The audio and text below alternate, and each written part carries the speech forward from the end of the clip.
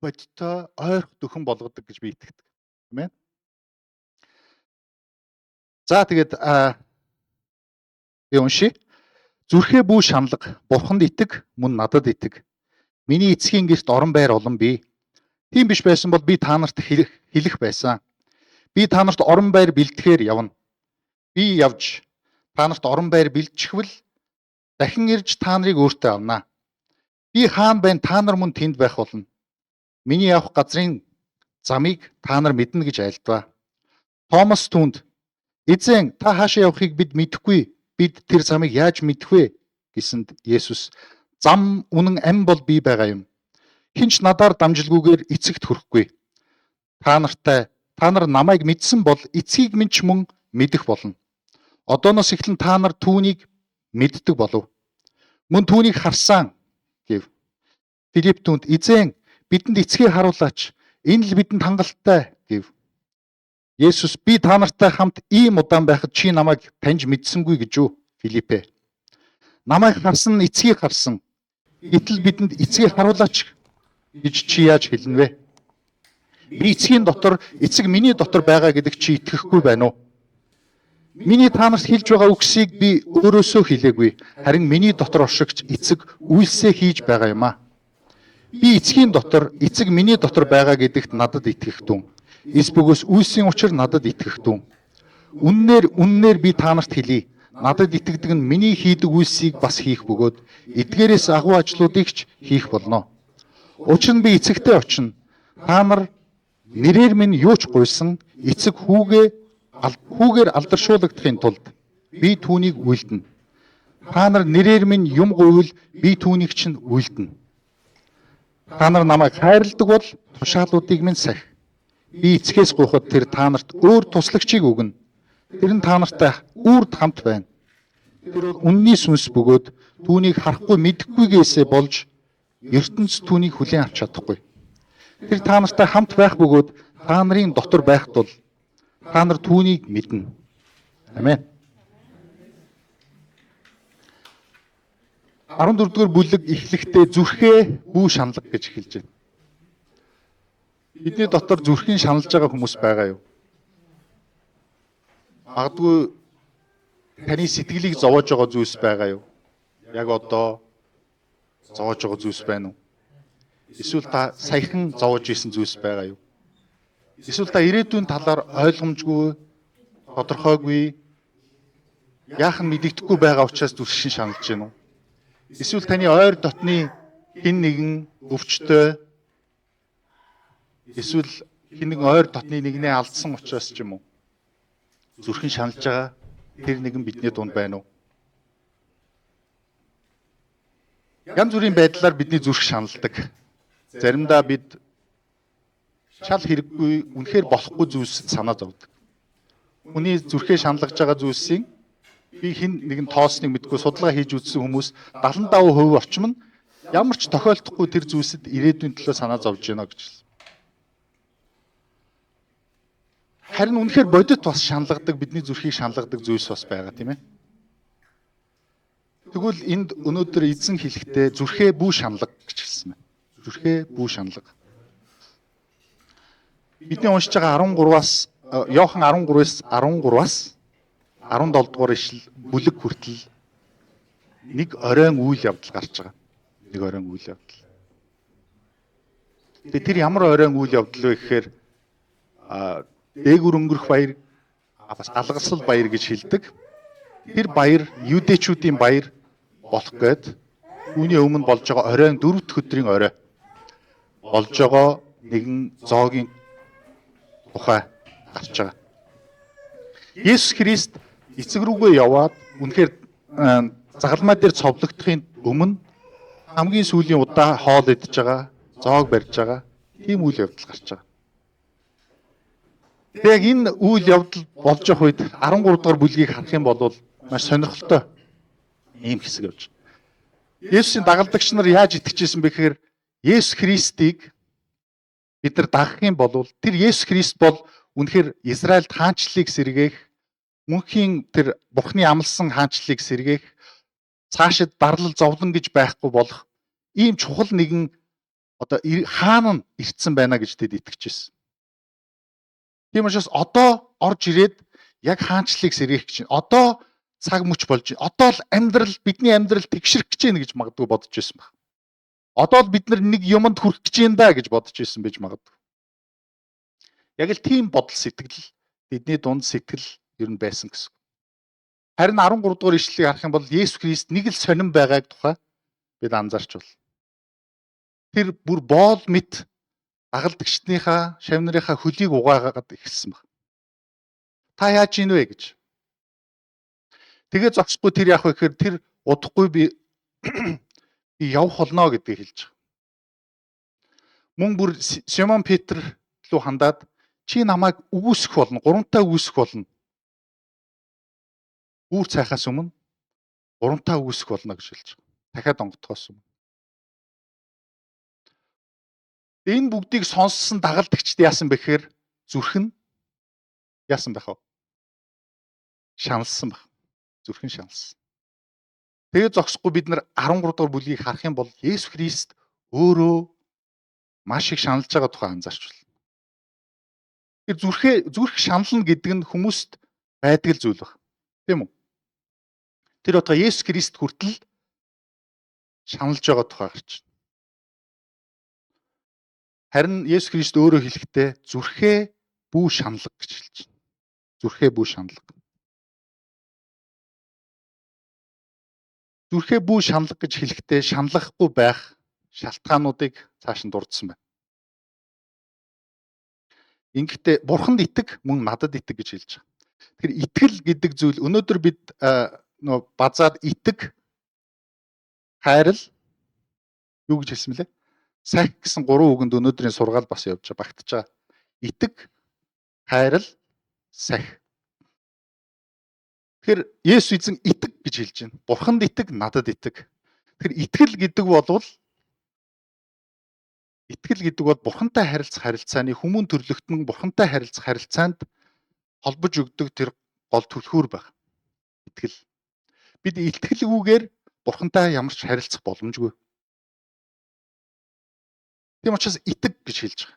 Тэр итгэл нь яадаг итгэл вэ гэхээр Бурханы үг рүү чиглүүлдэг, Бурханы илчлэлт, Бурхан өөрийгөө илчилж хүмүүн төрлөختөнд илчилсэн тэр илчлэлтэнд нь итгэх тухай. Тэр илчлэлтийн хамгийн чухал тэр зүйл бол бидний одоо өвөр дээр байгаа энэ Библи, Бурханы үг. Тэгээ энэ үгээр дамжуулж Бурхан өөрийгөө илчилдэг. Энэ Бурханы үгэнд итгэх тухай ярьж байгаа.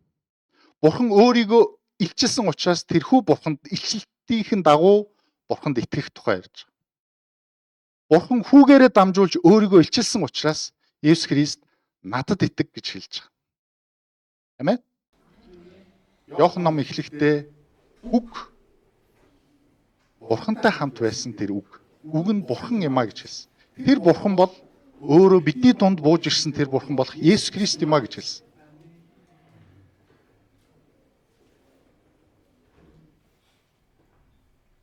Үргэлжлүүлээд 2 дугаар ишлэлээс харъя. Өнөөдрийн сургаал жоохон урт болж магадгүй. Та гэхдээ анхаарлаа эзэн залбирсаар байгаараа. Би эндээс чухал зүйлийг үнэхээр эзэн танд чухал зүйлийг өгнө гэж үнэхээр итгэж байна. Өнөөдөр таныг энд цугласан байгаа тэр танд мэдүүлэхийг хүссэн зүйлээ тэр хийх болно. 2 дугаар ишлэлийг харах юм бол миний эцгийн гэрт орон байр олон бий. Тийм биш байсан бол би та нарт хэлэх байсан. Би та нарт орон байр бэлтгэхээр явна гэж хэлсэн. Орон байрны тухай ярьж байгаа. 3 дугаар ишлэлийг бас харахаар би явж та нарт орон байр бэлтжээд дахин ирж та нарыг өөртөө авна. Чи би хаана вэ? Та нар мөн тэнд байх бол.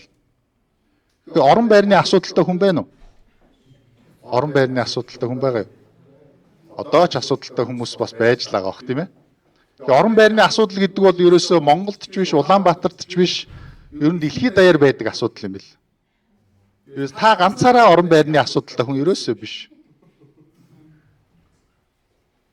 Ялангуяа шинээр гэр бүл болж байгаа гэр бүлүүдэд маш хурцаар тавигддаг хамгийн гол магадгүй асуудал нь байдаг тийм үү? Тэгэхээр энд эзэн орон байрны тухай амлалтыг өгч илчилж ярьсан баг. Тунхаглаж. Энэ орон байр нь хаана байдаг орон байр вэ гэсэн чинь энэ бол миний эцгийн гэр юм а гэж хэлсэн. Миний эцгийн гэр. Бурхан эцгийн гэрийн тухай ярьж байгаа. Орчлон ертөнцийг бүтээсэн бид өмнө сая түүний нэрүүдийг дурдсан тийм ээ. Магдал дээр. Тэр агуу хүчит тэр эзний тэр гэрт орон байрыг бэлдэх тухай ярьж байна, тийм ээ. Та нэг гоё орон байртай айлд очиж байсан уу? Ямар гоё юм бэ гэд хідэн давхар юу ч юм бэ те. Ямар гоё би ийм байртай болох юмсан, ийм газар амьдрал гоё байдаг байх таа ч гэдэг юм уу те. Магадгүй очоогүй ч гэсэн одоо Facebook, Instagram-аар дүүрэн тийм зүйл байгааг бас анзаарч бол өөрийнхөө байрыг ингээд харуулаад нэг талаар одоо гайхуулж байгаа гэх юм уу? Нөгөө талаас яаж н тэр зүйлийг хараад хүмүүсийн шунал хөдөлж байгаа. Яасан гоё би ийм болгоч юмсан өөрийнхөө байгаа газрыг харсан чи би яаж ийм болох уу гэх те. Харин орчлон ертөнцийг бүтээсэн тэр агуу бүх баялагын эзэн, бүхнийг бүтээгч, бүх эрх мэдлийг өөртөө авсан тэр нэгний орон гэр ямар байгаа бол бид төсөөлж чадахгүй бах тийм үү? Харин тэр орон герт бурхан эзэн орон байр хаант орон байр олон бий гэж хэлсэн. Тэгээ тийм биш байсан бол та нар хэлнэ. Цөөхөн байгаа шүү. Яараарай. Цөөхөн байр үлдлээ гэж хэлэг. Хангалттай байгаа. Танд тэрхүү орон байрыг би бэлдэх болно гэж. Би явж та нарт орон байр бэлжүүл дахин ирж та нарыг өөртөө авна гэж. Өөрөөр хэлбэл энэ орон байр бол Бурхан эзэн Есүс Христтэй байх тэр орон байрын тухай ярьж байна. Энэ ямар нэгэн зөвхөн орон байр байгаа байрны тухай гэхээсээ илүү Есүс Христ дээр ирэх байх нь орон байр юм байна гэж ойлгож байна. Түүнтэй хамт байх нь биний орон байр. Дөрөвдүгээр ишлэлээс эхлээд бас замын тухай ярьж гисэн байгаа Есүс Христ. Орон байр гэхээс замын тухай. Би явх болно миний очих газарт хүрэх тэр замыг та нар мэднэ гэж хэлж байгаа. Тэгсэн чинь Томас би мэдэхгүй штэ ямар зам яриад байгаа юм бэ гэж. Олон шашин, олон энэ дэлхий дээрх олон философи юмнууд арга замуудын тухай ярьж байгаа. Үнэнд хүрэх яавал ингүүл тийм үү? Та нар өөрсдийгөө үгүйсгээд та нар тийм үү? Энэ хідэн ийм бясалгаж чадвал юу гэдэг нь те? Ойлгомж гэдэг юм уу? Үннийг ойлгомж гэдэг юм уу те? Арга замуудын тухай ярьж байгаа. Харин Христэд итгэл бидний Бурхан эзэн хэлэхдээ тэр зам нь би өөрөө байна гэж Есүс эзэн хэлж байгаа. Хүний тухай хэлж байна. Энэ бол Бурхан өөрөө байна гэсэн. Халелуя. Энэ тухай бид хамтдаа сургаалыг сонссон тийм ээ. Та санаж гин үү? 2-7 хоногийн өмнө сонссон шүү дээ. Бид сонссон зүйлсээ дахин жажилж хэрэгтэй ба 7 хоногийн дундуур тийм ээ. Би юу сонсч байгаа? Есүс эзэн өөрөө та нар юу сонсож байгаадаа анхаар гэсэн мэт. Энд чинь та нарын хоол байхгүй гэсэн. Та нар сүнсний хоол байхгүй гэсэн. Би янз бүрийн хог сонсоод яваад байна уу? Тэгээд түүнийгээ бид нар хоол гэж бодоод идээд яваад байна уу? Бид нар ялгаж салгаж гин үү те? Та Бурханы үгийг хүлээн авсан болвол та үнэхээр зажлаарай гэж таныг тэр урамшуулахыг хүсэж байна. Яг мал амтны хивж зажилдаг шиг те санаараа гэдгийг хэлхийг хүсэж байна. Амин. Тэгэхээр энэ замын талаар Есүс Христ хэлж байгаа. Би өөрөө зам байна. Цор ганц зам байна. Энэ тунхаглалыг өөр хэн ч хэлээгүй. Би бол зам, үнэн, ам байна. Би бол үнэнд хүрэх тэр зам байна. Би өөрөө үнэн байна. Би надтай хамт байгаа нэгэн амьтай байх болно. Би түүний дотор, тэр миний дотор байх болно. гэж хэлж байгаа. Надаас өөр газар ам байхгүй гэж хэлж байна. Надаас өөр газар үнэн байхгүй гэж хэлж байгаа.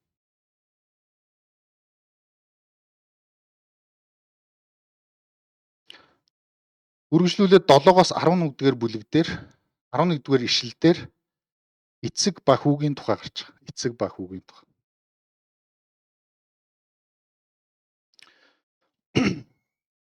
Би уншия. Та нар намайг мэдсэн бол эцгийг минь ч мөн мэдэх болно. Одооноос эхлэн та нар түүнийг мэддэг болов. Мөн түүнийг харсан гэж хэлсэн. Филипп эцгээл харуул гэж хэлж байгаа. Харуулатгаач гэж.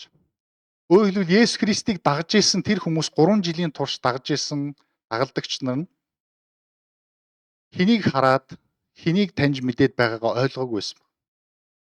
Ойлгоогүй байгаад байсан. Бүрэн ойлгоогүй байсан.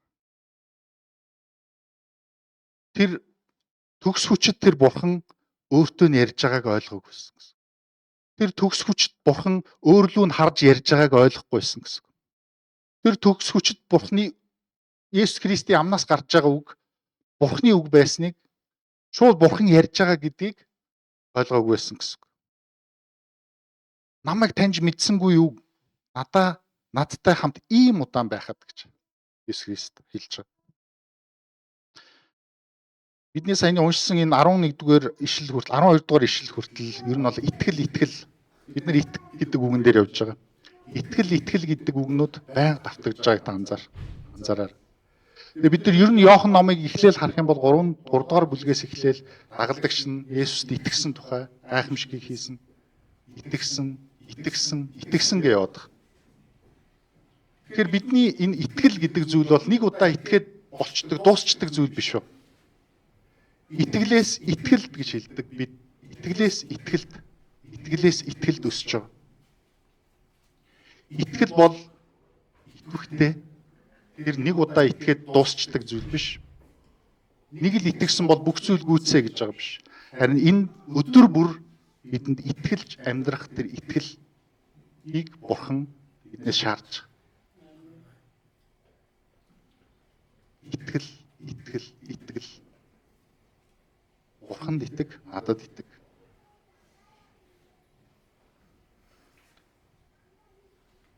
Ингэхдээ Есүс Христийг харж байгаа нэгэн бол Бурхныг харж байна. Есүс Христийг таньж мэдсэн бол та Бурхныг таньж мэдсэн гэсэн үг болж байна. Амен. Эцэг миний дотор, би эцгийн минь дотор байгаа гэдэгт чи итгэхгүй байна уу? Та нарт ярьж байгаа үгсийг би өөрөөсөө хэлээгүй. Харин миний дотор шигц эцэг үйлсээ хийж байгаа юм а гэж эцэг хэлсэн. Би эцгийн дотор, эцэг миний дотор байгаа гэдэг надад итгэхтэн. Эсвэл үйлсийн учир надад итгэхтэн. Миний хийгээд үйлдээд байгаа тэр зүйлсийг хараад эцгээс өөр, бурхнаас өөр хэн ч энэ зүйлийг хийж чадахгүй юм байна гэгээд үнэхээр бурхан бидэнтэй хамт байгаа юм байна гэж итгэх ёстой байсан гэсэн. 12 дугаар ишлэлээс хамтдаа уншия. Үннээр би та нарт хэлье. Надад итгэдэг нь миний хийдэг үйлсийг бас хийх бөгөөд эдгээрээс агуу ажлуудыг ч хийх болно. Учир нь би эцэгтэй очино. Та нар нэрээр минь юу ч гуйсан эцэг хүүгээ алдаршуулахын тулд би түүнийг үйлдэнэ. Та нар нэрээр минь юм уувал би түүнийг чинь үйлдэнэ гэж. Тэгэхээр 12 дугаар ишлэлээр надад итгэдэг хүмүүс гэж хэлсэн. Та Есүс эзэнд итгэдэг үү? Есүс эзэнд итгэдэг бүх хүмүүс энд орно. Тэр хүмүүс юу хийдэг вэ гэсэн чинь миний хийдэг үйлсийг хийнэ гэсэн байна.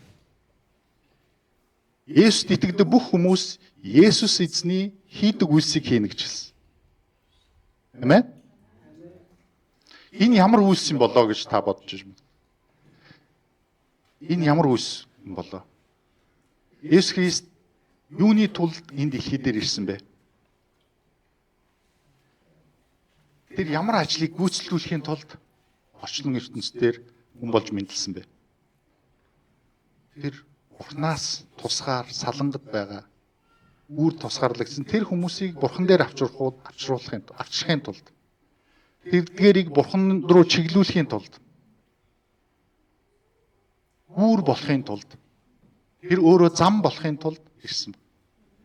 Мэдээж бид Есүс Христийн хийсэн тэрхүү загалмай дээр цовлогдсон тэр ажлыг түүнээс өөр хинч хийж чадахгүй. Тэр ажлын улмаас бид бурхантай эвлэрсэн. Харин ямар утгаараа бид түүний энэ үйлсийг хийх вэ? Түүнийг таньж мэдгүй хүмүүсд бурхан руу харах, бурхан руу чиглүүлэх тэр ажлыг бид хийж байгаа. Амин. Хүн бүр гэж хэлсэн. Та энэ ажлыг хийж байгаа юу? Хэрхэн хийж байгаа вэ? гэж танаас асууя.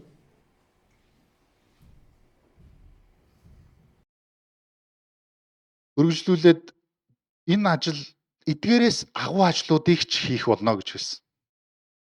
Энэ юу хэлж байгаа юм болоо гэж.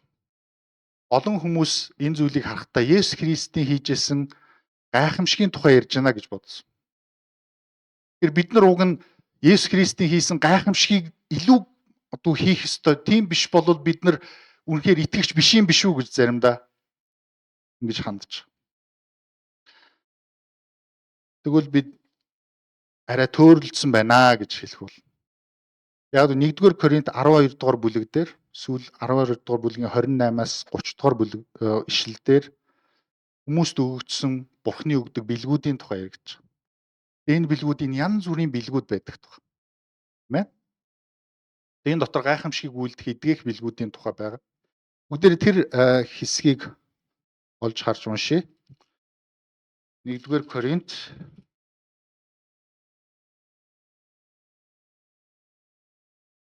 12.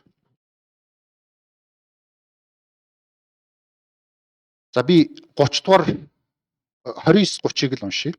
Бүгд элч нар уу, бүгд иш үзүүлэгчдүү, бүгд багш нар уу, бүгд гайхамшигыг үйлдэгчдүү, бүгд эдгэх бэлгүүдтэй юу, бүгд хэл яриагаар ярихуугаар ярьдаг уу, бүгд үүнийг тайлбарладаг гэж үү гэж асууж байгаа. Өөрөөр хэлбэл энэ бүгд энэ зүйлийг хариулт нь үгүй гэдэг хариулт. Бүгд энэ бэлгүүдтэй биш. Янз бүрийн бэлгүүд хүмүүст өгөгдсөн. Төрөл бүрийн бэлгүүд. Тэгэхээр өөрөөр хэлбэл энэ зөвхөн гайхамшигыг үйлддэг тэр бэлгийн тухай яригдаг баг. Үйлсийн тухай яригдаг байна гэсэн. Мэдээж гайхамшиг үйлсүүд энд орж байгаа. Харин энэ юуны тухай яригдсан бэ гэвэл Есүс Христ энэ орчлон ертөнцид дээр алхаж амьдрахдаа тэр байгаа бурхан яг тэр Есүс Христийг алхаж байгаа тэр зүйл дээр үйлс нь явагдаж байгаа. Тэр номлол тунхаглахад тэр Бурхны үгийг тунхаглахад зөвхөн магадгүй хэдэн мянган хүмүүс гэж тэр хүрээнд л байсан. Харин түүний энэ итгэлийг хүлээж авсан хүмүүсүүд дэлхийд даяар орон газар бүртээ Бурхны энэ хүчит үйлсийг тунхаглаж байна. Тийм учраас та нар надад итгэдэг нь эдгээрээс ч агуу ажлуудыг хийх болно гэж хэлж байна. Өөрийнх нь хийж байгаа үйлсээс. Энэ утгаар. Амен. 13 дугаар ишлэлийг харъя. Та нар нэрээр минь юу ч гуйсан эцэг хүүгээр алдаршуулахын тулд би үнийг үйлдэнэ гэсэн. Хэн саяны үйлсийг хэн хийнэ гэсэн бэ? Хэн хийнэ гэсэн бэ? Есүс Христ өөрөө хийнэ гэсэн. Амен. Та тайвширч гин үү? Хажуудах хүндээ та тайвшраарай гэж хэлэхгүй юу? Хэрвээ та хүлээж авсан энэ ажлаа өөрөө л хийх гэж оролдох юм бол та өөрөө л хийх бол. Харин энд яа гэсэн бэ? Та нар гуугараа гэж хэлсэн. Гуух юм бол яана гэсэн бэ? Эзэн хийн. Есүс Христ өөрөө хийнэ гэсэн. Та гуухгүй бол та өөрөө л хийнэ.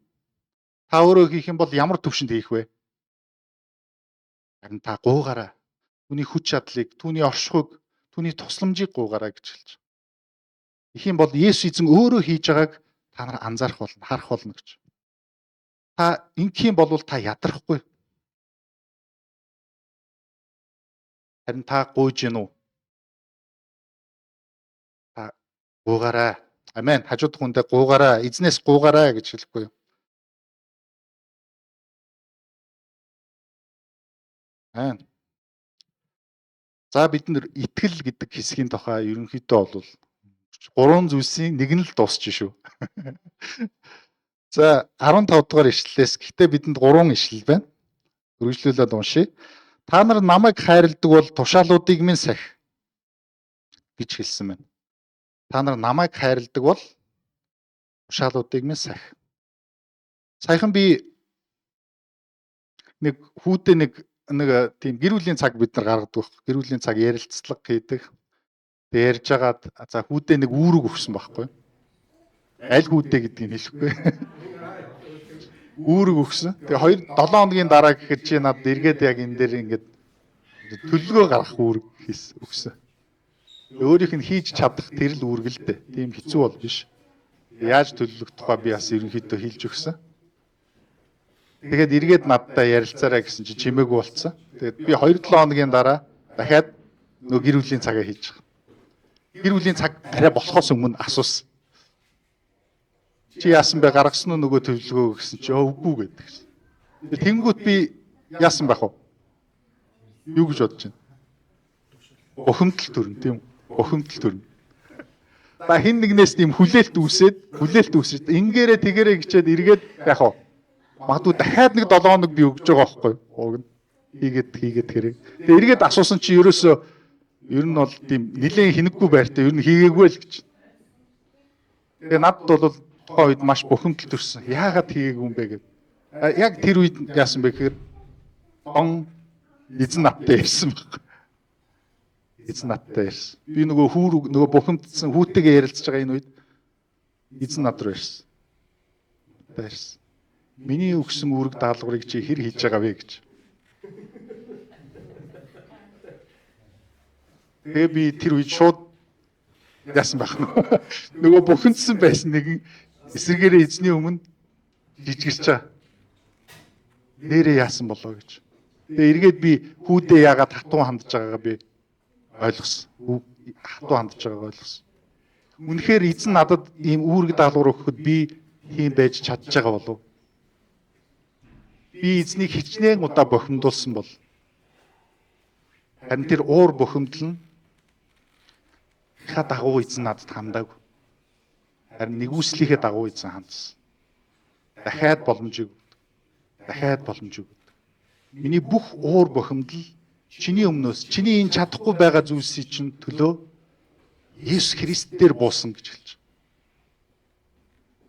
байна. Амен. Тэр нэгүсэл биднийг өөрчилж байгаа. Би нэг удаа ер нь 10 жилийн хүүхдүүд байгаа юм. Буруу жишээ болчих үед. 10 жилд байхдаа нөгөө төгсөх ангид байхдаа нэг жоохон сахилахгүйцсан. Тэгээ сахилахгүйтаад доктор яриад байсан. Би доктор байртаа сургуульд сурдаг байсан. Тэгээ тэндээ ороод төгссөнийхаа дараа юм байна. Оюутан болсныхаа дараа. Тэгээд нэг хитэн найзуудтайгаа яасан нөгөө хэцүү нэртэй юмыг хувааж уусан баг. Тэгээд нөгөө шүн дунд би нөгөө сэрсэн. Гэсэн чинь манай аав ороод ирсэн явчихсан. Нөгөө доктор байранд. Тэгээ хаалга онгоолгоод нэг өөр хүн л дагуулж явж байгаа. Манай тэр доктор байрны харгалзагчтай л хамт явсан юм шиг. Намайг яач уу би уг нь нөгөө ингэн тэгнгээд баахан тайлбар өгөөл гарснаа санаж байгаа. Тэгэл би мэдээж ингээд одоо тэр чинь ер нь бол мансуурлын байдалтай байгаа шүү дээ. Нүдэ нээсэн чинь тэнд аавд явж байна. Муу золигнуудыг их шиг болсон. Үг нь. Тэгэл тэрнээс цааш би маргааш нь яасан бэхээр өглөө гэртээ очсон. Гэртээ очсон чи аав надад энэ талаар юу ч яриаг. Надад цаа миний хөө юу ч болоогүй юм шиг байсан. Цай хийж өгөөд тэ. Тэгээ энэ зүйл намайг маш их өвтгсөн. Би ааваасаа тэ магадгүй алгадуулна, магадгүй ташуурын амт үзэх байх, нэлээд загнуулах байх гэж би бодож ирсэн. Хүлээж өөрийгөө бэлдэж орсон. Тэгээд түүний тэр хандлага нь аавын маань тэр хандлага илүү хүчтэй болсон байна.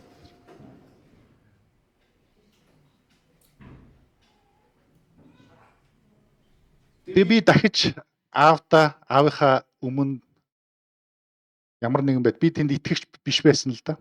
Гэтэ би ямар ч байсан аавда би дахиж тийм согтуу ямар нэгэн тийм арх үнэртүүлсэн байдлаар ерөөсөө би уулзж байгаагүй. Би аавынхаа өмнө арх амсч ерөөсөө үзег. Би зүгээр уралдаа хүргээд тавьчихсан. Тэгэхээр энэ намайг ингэж өөрчилж байгаа. Тэгэхээр яасан бэ гэхээр яг л энэ өөрчлөлт бидний амьдралд Христэд итгэх бидний амьдралд биднийг өөрчилж байгаа. Бурхны тэр гайхамшигтай нэгүүлсэл. Амен. 15 дугаар ишлэлээр та нар намайг хайрладаг бол тушаалуудыг минь сахих гэж хэлсэн байна. Хайрладаг бол тушаалуудыг минь сахих. Өөрөөр хэлбэл Бурхны өгсөн тэр тушаалуудыг, Бурхны тушаалуудыг юу биднийг гүйцэтгэхэд биднийг хөтэлдэг вэ? Энэ бол хайр баг. Амен. Есүс Христийг хайрлах хайр. Энэ Есүс Христийг хайрлах хайр нь Иохан номын 1-р Иохан номын 4-р бүлэг дээр бичсэн байна. 1-р Иохан 4:19 дээр эхлээд Бурхан биднийг хайрлсан тул бид түүнийг хайрладаг гэсэн. Амен. Бурхан биднийг хайрлсан учраас тэр хайраа харуулсан учраас бид Бурханыг эргээд Есүс Христийг харуулдаг. Та Есүс Христийг хайрладгүй гэж би танаас асууж байгаа нь Есүс Христийн тэр хайрыг, Бурханы хайрыг та амьдралдаа мэдэрсэн үү гэж асууж байгаа та яг адилхан гэсэн. Түүнийг мэдэрсэн, түүнийг амьдралдаа хүлээн авсан хүмүүс өөрчлөгддөг. Тэр хүмүүс эргээд Есүс Христийг хайрладаг болдог.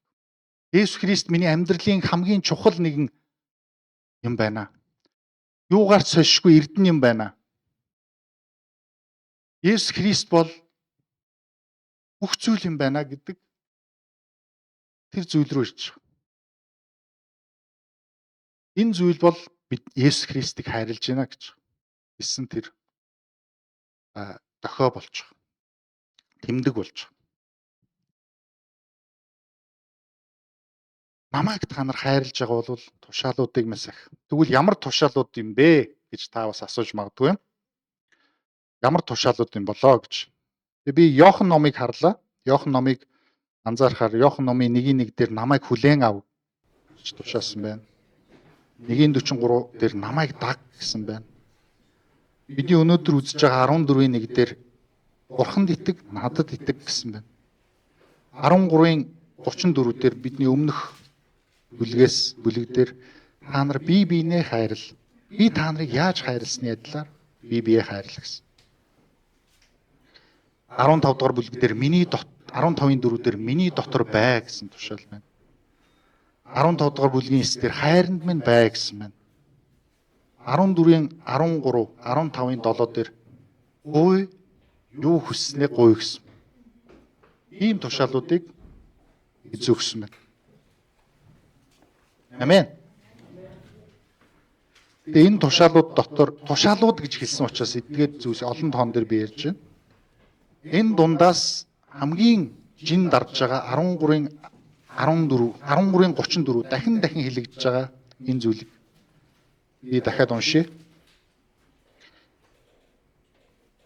Би биенээ хайрлах тун би та нарыг яаж хайрласны адил та нар мөн би биенээ хайрлах тун гэсэн шинэ тушаалыг би та нарт өгч байна гэсэн. Шинэ тушаалыг би та нарт өгч байна. Өмнө нь мэдээж Бурхан анх үгээ өгөхдөө Бурханыг хайрлах тухай, бүх зүрхээрээ хайрлах тухай, хөршөө өөрийн бүх зүрх, бүх оюун ухаан, бүх хүч чадлаараа хайрлах тухай, мөн хөршөө өөрийн адил хайрлах тухай тушаалууд байна. Энэ тушаалд бүх иш үзүүлэгчид, бүх хууль, бүхий л хуучин гэрээ энэ дээр тулгуурладаг гэж Есүс Христ хэлсэн байна. Өөрөөр хэлбэл Бурхны өгж байгаа бүх тушаалуудыг хоёр зүйлд баттгаж хэлсэн, багтааж хэлсэн гэсэн. Эзэн Бурхнаа хайрл, бусдыг хайрл гэж. Тэгээ энэ дээр Есүс Христ хэлэхдээ шинэ тушаал гэж яагаад хэлсэн юм болоо гэж. Би биенээ хайрл. хоёр зүйлийг би тодорхойлж өгөхийг хүсэж байна. Бие биенээ хайрлахын тушаал бол түүнийг дагалдж байгаа түүнд итгэгчдийн дотор өгөгдсөн тушаал. Түүнд итгэгч. Та хажууд хүнээ хардаа. Та хажууд хүнийгээ хайрлах тухай ярьж байгаа. Хажууд хүн. Тэгээ яаж гэсэн чинь би та нарыг яаж хайрласны адил Есүс Христ хэлж байгаа. Хоёр дахь яаж шин гэдэг нь учир нь Есүс Христ яаж хайрлаж байгаа бас холбогдож байгаа. Есүс Христ шаналн зовж исэн тухай би хэлсэн. Тэр үнэхээр Бурхны өмнө ирээд залбирх үед түүний хөснийхэн сүнээс үнэхээр цусан тусал болон тусч исэн тухай уншиж исэн. Тэр шаналж байсан. Тэр энэ шаналл дундаа ч гэсэн өөрийг нь дагж исэн. Өөрийнх нь хүмүүсийг эцсээ хүртэл хайрласан. Тэр нэг.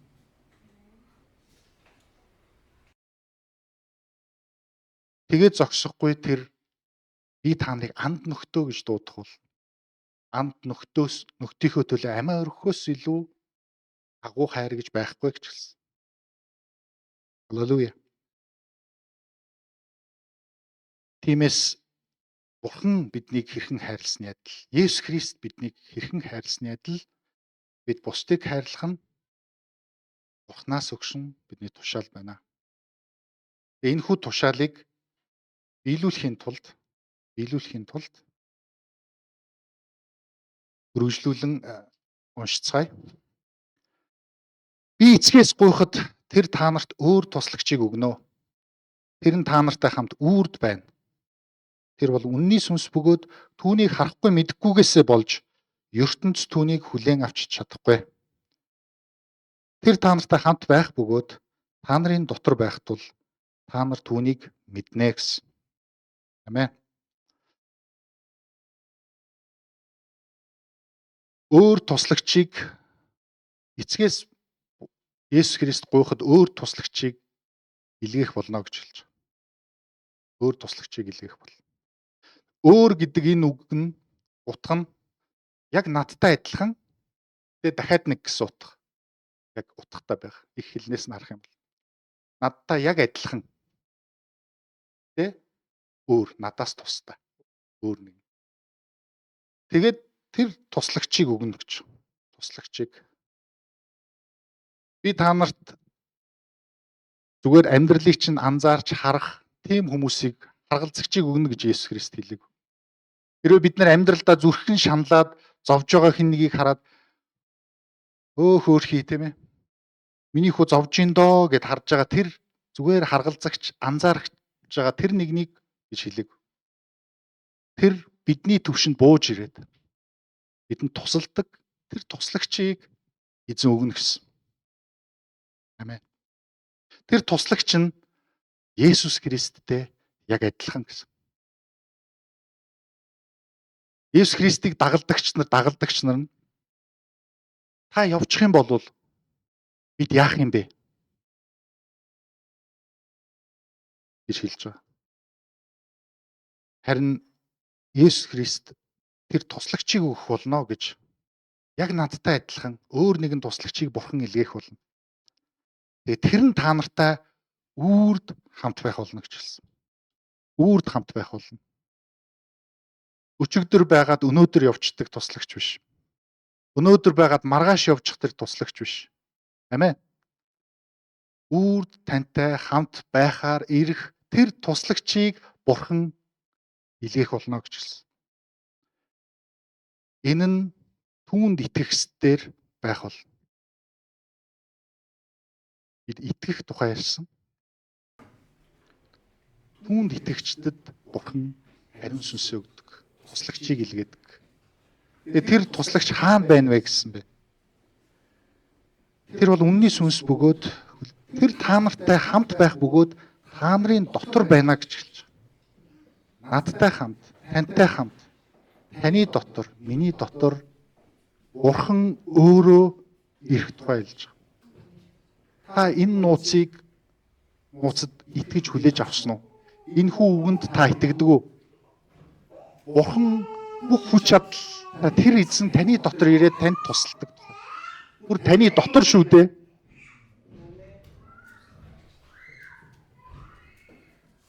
Нөгөө тарих задарсан ийм эможи байдаг шүү дээ. Энэ тарих задрахаар тийм ойлголт байхгүй юу? Орчлон ертөнцийг бүтээсэн бүтээгч эзэн бидний дотор байгаа гэж. Энэ ертөнц харин тэднийг энэ тухай мэдэхгүй гэсэн. Олж харж чадахгүй. Мэдхгүйгээсээ болоод хүлээж авч чадахгүй. Энэ ертөнц гэдэг нь юу хэлж байгаа гэхээр Есүс Христэд итгэлгүй байгаа тэр ертөнцийн тухай ярьж байгаа. Харин итгэсэн хүмүүс нь хүлээж аваад мэддэг гэж хэлж байгаа. Амен. Та туслагчийг үнэхээр өөрт тань туслахыг та зөвшөөрч байна уу? Та туслагчийг үнэхээр Бурхны тушаалуудыг сахихад энэ туслагчийг яагаад гэвэл тэр тушаалыг зөвхөн хайрлагцсан хүмүүс өөрсдөө хийгээд болцдог зүйл биш. Бурхан өөрөө бидний дотор байж бидэнд тусалж ээж энэ тушаалуудыг сахих боломжтой болж байгаа. Амен. Та ийм учраас зүрхээ шаналлах шаардлагагүй болж байгаа. Халелуя. Энэ бол үнний сүнс бөгөөд гэж хэлсэн. Үнний сүнс. Есүс эзэн би өөрөө үнэн байна гэж хэлсэн, тийм ээ. Тэр бол үнний сүнс. 15 16 дугаар бүлгүүдийг Иохан номыг харах юм бол бүх үнэн өөд тэр удирднаа гэж хэлсэн. Бүх үнэн өөд Бурхны үгийг уншихад ариун сүнс танд тусална гэсэн. Та түүний тусламжийг гуйгаарай. Энэ үг намайг өөрчлөөс. Би энэ үгийг ойлгохыг хүсэж байна. Би энэ үгнээс эзэн Есүс Христийг олж харахыг хүсэж байна. Би энэ үгнээс Бурхан надад илчилж байгаа зүйлсийг ойлгоод хүлээж аваад итгэж амьдрахыг хүсэж байна. Би энэ үгийг дагуу амьдрах тэр хүч чадал надад хэрэгтэй байна. Та туслаач. Та хэлнэ гэсэн. Загийн ахлагч залбирч байхдаа бэр дутаад байна гэж залбирч байсан тийм. Ариун сүнс танд хэрэгтэй тэр бэрийг өгөх бол. Бурхан танд хэрэгтэй өнөөдөр хэрэгтэй байгаа тэр хоолыг тань өгөх боломжтой. Та тэрхүү тусламжийг авч байна уу? Та тэр тусламжаас хүртээрэй. Та хүртэх зохистой, та хүртэх боломжтой байна. Амен. Цаашаа бас дахиад харах юм бол ертөнцийг энэ сүнс, ариун сүнс зэмлдэг тухай гарч байгаа. Эм нүглийг биднэрт ойлгуулдаг тухай, гимтэй гэдгийг ойлгуулдаг тухай. Бид саяхан хэлсэн Бурхныг Бурхныг таньж мэдэхгүй тэр ертөнцийг Бурханд авчрахад, Бурхан руу чиглүүлэхэд бид тэр ажлыг хийж байгаа гэж. Харин тэр ажлыг Бурхан өөрөө хийдэг. Ариун сүнс бидэнд мэдрүүлдэг, ойлгуулдаг. Би хизээ Есүс Христэд итгэснээс би зүгээр энэ зөв юм байна гэж оюун бодлороо бодсноос ч юм уу, тийм ээ. Эсвэл хэн нэг нь над хүчтэй ятгсан учраас ч юм уу би итгээгүй. Харин үнэхээр ариун сүнс намайг ятгсан гэж би итгэдэг. Би мэдэрсэн, ойлгосон, миний амьдрал өөрчлөгдсөн. Тэр өдөр тэр цаг мөчөөс. Таны хувьд ч гэсэн адилхан гэж бодож байна. Ийм зүйлийг Бурхан өөрөө л хийх боломжтой. Тийм учраас Бурханд итгэж, түүнийг хайрлаж, түүнд итгэж, түүнээс гуйж, түүнээс тусламжийг авч байгаа тэр хүмүүс Бурханы тушаалыг гүйцэтгэх боломжтой болж байгаа. Сахих боломжтой болж байгаа. Тийм учраас итэг, хайрал, сахи гэдэг энэ үгийг тантай болцож байна.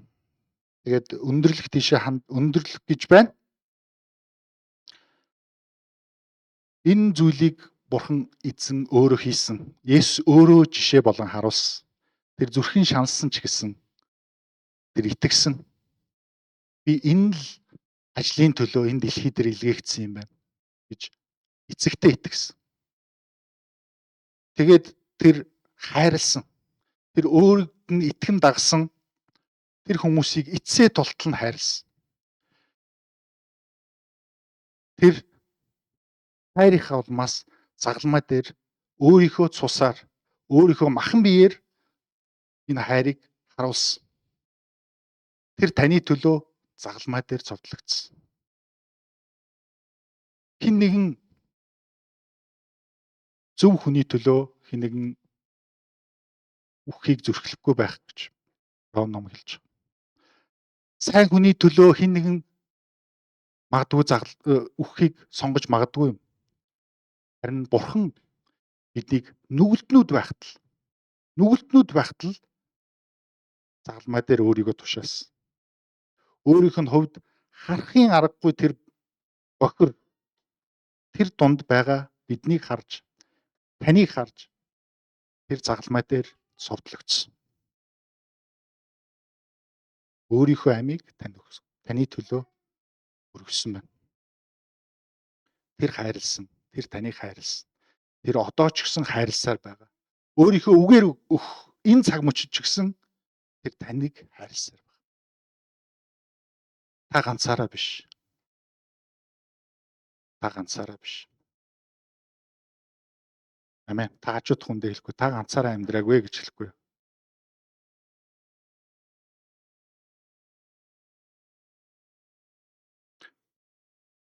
Мэдээж хүмүүс хэрэгтэй. Гэхдээ хамгийн чухал тэр нэгэн болох Бурхан эзэн танд хэрэгтэй. Тэр тантай хамт байна гэж амласан. Тэр итгэгчдтэй тэр үнэхээр амласныхаа дагуу байгаа. Тэр туслагчийг илгээсэн. Тэр үрд тантай хамт байхаар ирсэн. Тэр таныг бүх үнэн өөдөөдөрт нь тэр танд Есүсийг гэрчлэн тэр танд эрх зүйлсийн талаар мэдүүлэх болно. Тэр та нартай хамт тэр таны дотор байна. Та түүнийг бас мэдж байгаа. Амин.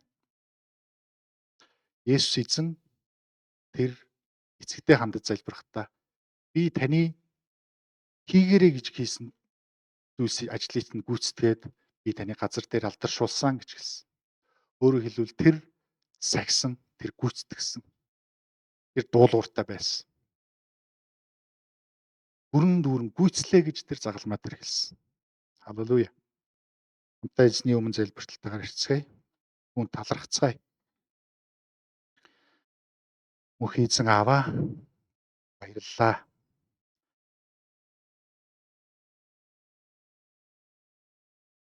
Эзэн минь бид дахин тань руу ирж байна. Бид танаас бас тусламжийг хүсэж байна. Бид магадгүй таньгүйгээр хит удаан явсан байгаа бол та бидний зүрх сэтгэлд тэрхүү үнэхээр зөөлөн ирдэг. Бидний хайрлан байж, инэрэн байж ирдэг тэрхүү эмшлийг бидний зүрхэнд бий болгож өгөөч. Та биднийг өөрчлөн байж хийдэг тэрхүү хүрэлтээ бидний зүрхэнд хийгээч. Ариун сүнс эзэн та бидний дотор ажиллаач. Бид урьж байна. Бид таныг надад туслахыг, бидэнд туслахыг удаан хүлээлгэсэн бол бид уучлаарай. Тэмээзэн таны үг хэлэхдээ би үүдэн дээр чинь байна. Үүдэн дээр чинь ирээд зүрх сэтгэлийг чинь хаалгыг би тогшиж байна гэж хэлсэн. Намайг оруулаач. Намайг оруулах юм бол би чамтай хамт хооллох болно. Нөхөрлөх болно гэж та хэлдэг. Энэ цаг яг энэ хүү урилгыг хийж байгаа, залбирч байгаа, тань руу хандаж байгаа хэн нэгэн байгаа бол та үнэхээр зүрх сэтгэлд нь орж ажиллаж өгөөрэй гэдгийн төлөө залбирч байна. Та бидэнтэй нөхөрлөж өгөөрэй гэж бид залбирч байна. Зуучлан залбирч байна эзэн.